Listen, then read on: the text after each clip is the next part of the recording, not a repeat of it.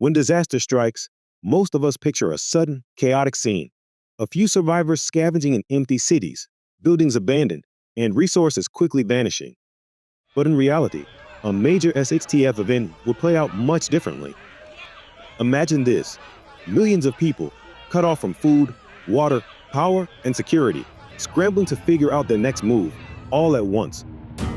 Welcome to Prepper's Paradigm, where we focus on real, practical prepping for real scenarios. Today, we're exploring what to expect from the unprepared majority in the days, weeks, and months after a major disaster hits.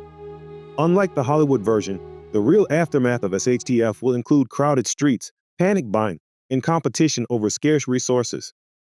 For those of us preparing for this possibility, understanding these stages isn't just about survival. It's about knowing what to anticipate from those around us and taking the right steps to protect our families, homes, and supplies when the unprepared masses start reacting. In today's video, we'll cover the initial reactions you can expect, the growing competition over scarce resources, the rising security risks, and even how to handle interactions with others, neighbors, strangers, and those who might come to your door. Before we dive in, a quick note. I use a computer-generated voice for this video due to an injury that makes my own voice difficult to understand. Let's start by taking a look at how most people are likely to react in those critical first days of an SHTF scenario. When a major disaster strikes, the first reaction for most people will be confusion. Suddenly, the routines they rely on are shattered. In those first hours, there's a tendency to look for information, but without clear guidance, this confusion can quickly turn to panic.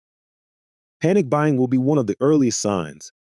Most stores carry only a few days' worth of essentials, and it won't take long for shelves to empty.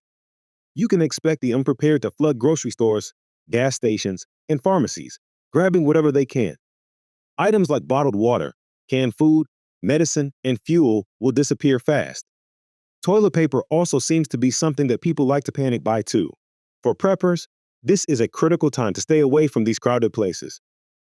As people realize the situation is more serious than they first thought, some will consider leaving urban areas. This movement could create traffic jams, dangerous roads, and even higher levels of tension as people look for safety outside the cities. For those who are prepared, it's wise to avoid major highways and busy areas during these early days. The urge to regroup with family and friends will be strong, with many making risky trips to reach loved ones. However, without working communication systems, coordinating will be a major challenge. Preppers who have already made communication plans with family or close friends will be at a major advantage here. Understanding these initial reactions helps preppers to plan effectively, avoiding hotspots of activity and knowing that chaos in public areas is practically guaranteed. As the days pass and store shelves stay empty, resource scarcity will begin to set in. Essentials like food, water, and fuel will be hard to find, and with each passing day, competition for these resources will only intensify. Once utilities start to fail, the desperation will grow even more severe. Without access to clean water or reliable power, the unprepared will begin to feel the true impact of the situation. People who never considered the need to stock up on basic supplies will now be scrambling to find what little remains. In this phase, we'll see a shift in behavior. The usual social norms will break down as people become more desperate. Groups may start raiding locations where supplies might still be available, such as schools, warehouses, and even hospitals. For preppers, the goal here is to avoid these public hubs and limit visibility, making it appear as if you're just as low on resources as everyone else. For those with prepared supplies, this stage is about survival and security. Accessing public resources, even for something as simple as fuel or water, could expose you to desperate and unpredictable people. However, ensure you don't draw attention to the fact that you don't need any supplies. Staying low-key and avoiding routines that draw attention will be key. Preppers who have built up a stockpile ahead of time can ride out this scarcity phase much more comfortably, but blending in will be critical to avoid unwanted attention. As desperation amongst the population rises, so do the security risks to those with supplies. With essentials growing scarcer, some people will turn to crime to get what they need. For preppers, this means facing the possibility of looting, home invasions, and even organized groups targeting homes that appear to have supplies. In this phase, maintaining a low profile becomes essential. Avoid doing anything that might make your home look like a safe haven. Keep lights dimmed at night, minimize noise, and avoid any visible signs of abundance. Even something as simple as cooking food with a strong smell can attract attention, so consider meals that don't give away that you have a steady supply. Securing your home should be a priority. Reinforce entry points like doors and windows to make forced entry more difficult. If you have any kind of early warning system, such as a makeshift alarm or tripwire, now is the time to set it up. A dog can also make a great early warning system. The goal isn't to broadcast that your home is fortified, but to quietly deter anyone considering an easy target. Increased crime will likely mean that roaming groups, individuals, or neighbors may approach you for help or to try to take what they need by force. Having a layered security approach can provide crucial time to respond and protect your family and supplies. During this period, trust must be earned, not given. Avoid advertising that you have resources and keep interactions with non-prepper neighbors or strangers short and non-revealing. For preppers, security isn't just about physical barriers, it's about strategic choices that keep attention away from your home and your preparations.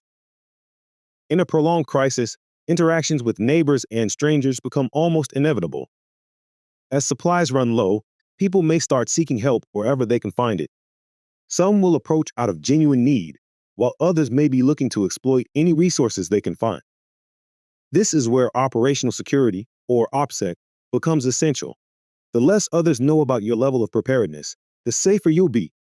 Avoid discussing your stockpiles, gear, or plans with anyone outside your immediate circle. Even casual comments or displays of food, water, or other resources can make you a target. When people approach asking for help, it's important to assess each situation carefully.